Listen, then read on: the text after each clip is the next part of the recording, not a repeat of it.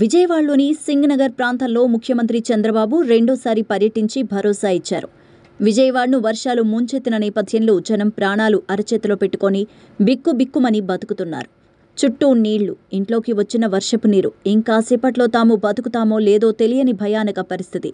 ఈ పరిస్థితిని తన అనుభవంతో ముందే గ్రహించిన సీఎం చంద్రబాబు నాయుడు అంత పెద్ద విపత్తుల్లోనూ ప్రాణాలు లెక్క చేయకుండా నడుముకు బెల్టు, సేఫ్టీ జాకెట్ వేసుకొని కుర్రాడి మాదిరిగా పడవ ఎక్కిన ఓ 7 పదుల నాయకుడి సాహసం. నిండా మునిగిన సింగ్నగర్లో ఒక్కసారి మొత్తం బోట్లో తిరిగి బాధితులకు నేనున్నానంటూ భరోసా ఇచ్చారు. దానితో బాబు వచ్చారు, ఇక నిశ్చింతగా ఉండవచ్చన్న భరోసా బాధితుల కళ్లల్లో స్పష్టంగా కనిపించింది. ఈ సందర్భంగా చంద్రబాబు మాట్లాడుతూ వరద నీటిలో చిక్కుకున్న కుటుంబాలను చూస్తే గుండె తరుక్కుపోతోందంటూ ఆవేదన వ్యక్తం చేశారు. వారికి అండగా ఉంటామంటూ హామీ ఇచ్చారు. నాటి హుదూద్ విలయం, నేటి విపత్తు వేరువేరని, ఇక్కడ నీరు సమస్యగా ఉందంటూ పేర్కొన్నారు.